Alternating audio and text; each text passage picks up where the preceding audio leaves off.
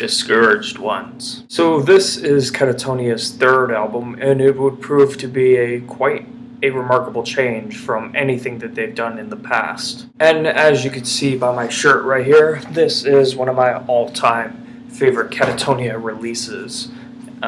It was so good I had to get the shirt for it. It's really all that awesome, and now let me explain why I think that is. As I stated before, this is the album where Katatonia starts to make a real identity for themselves.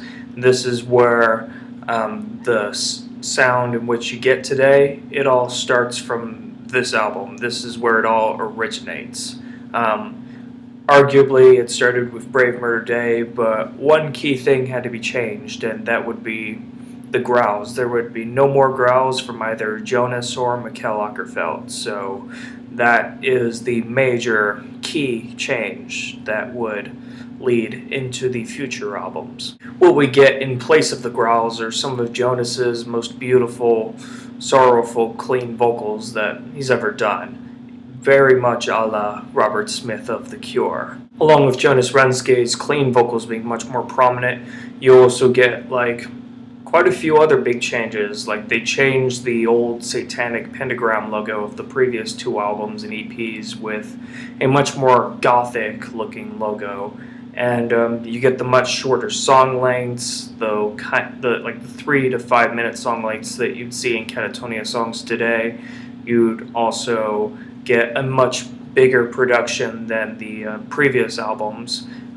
Even more so than Brave Murder Day. I guess Dance of December Souls actually had a pretty strong production, but then on Brave Murder Day, they strip it all down and you get a much more bare bones production. But Discouraged Ones actually, it essentially has the same sort of production as Brave Murder Day, Discouraged Ones does, but they increase it. They make it stronger, so to speak.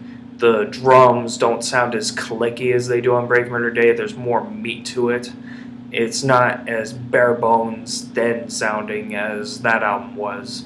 So that's definitely an improvement in my book. And despite some of the big changes that this album makes from the previous album, it still retains some very key factors that made Brave Murder Day what it was.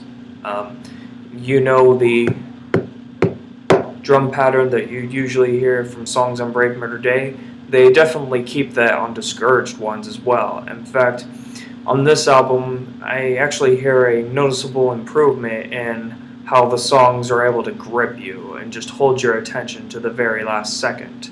Here, they are able to build upon that foundation and make this album truly remarkable in my book. A very melancholic, very hypnotizing album. It still retains much of what made Brave Murder Day such a great album and builds upon it. It improves some of the flaws, some of the potential flaws that I've noticed with Brave Murder Day, and just irons it out, so to speak. And this is probably one of the most melancholic and depressing albums I've ever heard in my life. Like I said before, this album builds upon the foundations of what made Brave Murder Day shine, and this album just brings you down to even lower levels of sadness, and especially when you make it to the 6th track, Gone, which is a very quiet number until it just builds you up at the very end of it. It goes from soft and brooding to very, very sad and crushing, during the last minute of the song. It's definitely very effective, and it's a key highlight on this album. And there are many highlights on this album that I could list. I Break, Dead House, which is probably my favorite Katatonia song overall. Nerve, Saw You Drown, Last Resort. Cold Ways is another good one. I can go on. They're all great. And I especially adore Ender Nystrom's guitar melodies. Has that very weeping sound. He's one of my favorite guitarists of all time as a result. I love his melodies. I just love the way his style complements the music, and it just adds so much. Just listen to Dead House, listen to cold ways, and you'll know what I'm talking about. Like, if you hear like a very high-pitched melody that goes